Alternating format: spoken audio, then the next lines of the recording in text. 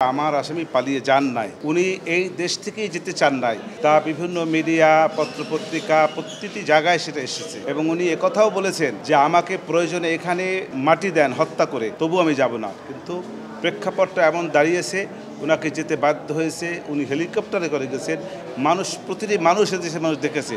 অতএব পালিয়ে যাওয়া কাকে বলে? যে পালিয়ে যাওয়া বলে চোরের মতো লুকাই লুকিয়ে যাওয়াটাকে পালিয়ে বলে। অথবা এই পালিয়ে যাওয়া বিষয়টাই আমি ডিফেন্ড করেছি। আর দ্বিতীয় কথা হলো যে একটা কথা বলা হয়েছে প্রজন্মকে শেষ করে দিতে চেয়েছে আমার আসামিরা। একটা মানবতা বিরোধী অপরাধ হতে হলে যে একটি সম্প্রদায়কে বা একটি জাতিকে, একটি গোষ্ঠীকে নিশ্চিহ্ন করার একটি প্রক্রিয়া প্রচেষ্টা থাকতে হয় এবং সেই প্রচেষ্টার অংশ হিসাবে মানুষকে হত্যা করতে হয়, যেটা হিটলার করেছিল ইহুদিদের বেলায়। দ্যাট ইজ জেনোসাইড এবং মানবতা বিরোধী অপরাধ, দুটোই জেনোসাইড এবং মানবতা বিরোধী অপরাধ। কিন্তু এইখানে আমার বেলায়, এই আসামিদের বেলায় এরকম কোনো সম্প্রদায়কে বা কোনো জাতিকে বা কোনো গোষ্ঠীকে সে নিশ্চিহ্ন করার কোনো প্রচেষ্টা তার ভিতরে ছিল না এবং সে সেটা করেও নাই। এটাই মূল বক্তব্য আমার ছিল।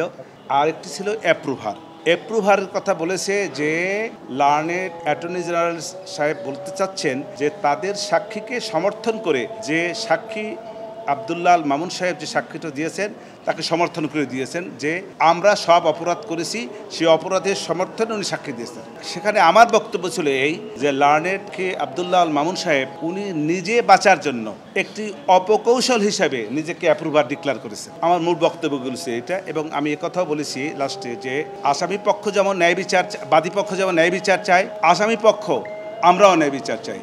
ন্যায় বিচার নিশ্চিত করার দায়িত্ব লার্নেড ট্রাইব্যুনালের এবং ট্রাইব্যুনালটা সেটা নিশ্চিত করবে এবং ন্যায় বিচার দেশের মানুষ, পৃথিবীর মানুষ দেখবে, এই আশা আমি করেছি। না, বীরের মতো মনে হয় নাই। উনি অত্যন্ত মনে কষ্ট নিয়ে উনি গিয়েছেন। বীরের মতো তো অবশ্যই না। ও আরেকটা প্রশ্ন ছিল, উনি বলেছেন যে ইতিপূর্বের একটি রাজনৈতিক দলের নেতা বিদেশে ছিলেন, তখন আমার এই আসামি সাবেক প্রাইম মিনিস্টার বলেছিলেন যে প্রয়োজন আসেন, এসে বিচারের মুখোমুখি হন, এই যে কথাগুলি উনি বলেছিলেন, কিন্তু উনি আসেন নাই। আমিও সেটার পরিপ্রেক্ষিতে বলেছি যে কারণে উনি আসেন নাই এবং এখনও আসেন নাই, সেই একই কারণে শেখ হাসিনাও আসেন নাই। এই আমার বক্তব্য ছিল। আমি এইটার এই মুহূর্তে কোনো ব্যাখ্যা দেই নাই, কারণ এটা সাক্ষীতে ছিল না, এটা আর্গুমেন্টে উনি বলেছেন। এই আর্গুমেন্টে বললেই, সাক্ষীতে যখন যে জিনিসটা নাই সেটা আর্গুমেন্টে হাজার বললেও ওটা কোনো প্রয়োগ হবে না। আমি আসামির খালাস চাই। আমি মনে করি যে রাষ্ট্রপক্ষ সন্দেহাতীতভাবে আমার আসামি সাবেক প্রধানমন্ত্রী শেখ হাসিনা এবং সাবেক স্বরাষ্ট্রমন্ত্রী আসাদুজ্জামান খান কামাল তাদের বিরুদ্ধে মামলা প্রমাণ করতে সক্ষম হন নাই। যেহেতু সক্ষম হন নাই, সেহেতু আমার আসামিরা খালাস পাবে এবং সসম্মানে খালাস পাবে। এটা আমার আশা এবং আমার প্রত্যাশা। ইনহেরেন্ট পাওয়ারের কথাটা সেটি বলেছেন এবং সর্বোচ্চ সুযোগ দিয়েছেন। এই বিষয়ে এটা লার্নেড ট্রাইব্যুনালের বক্তব্য। এইটার সঙ্গে আমি ডিফার করার কোনো আমি করব কেন? এই ডিফার করাটা এটা এক ধরনের বেয়াদবি, এটা বেআইনি, এটা আমি করব না। ওনার বলার কথা উনি বলেছেন।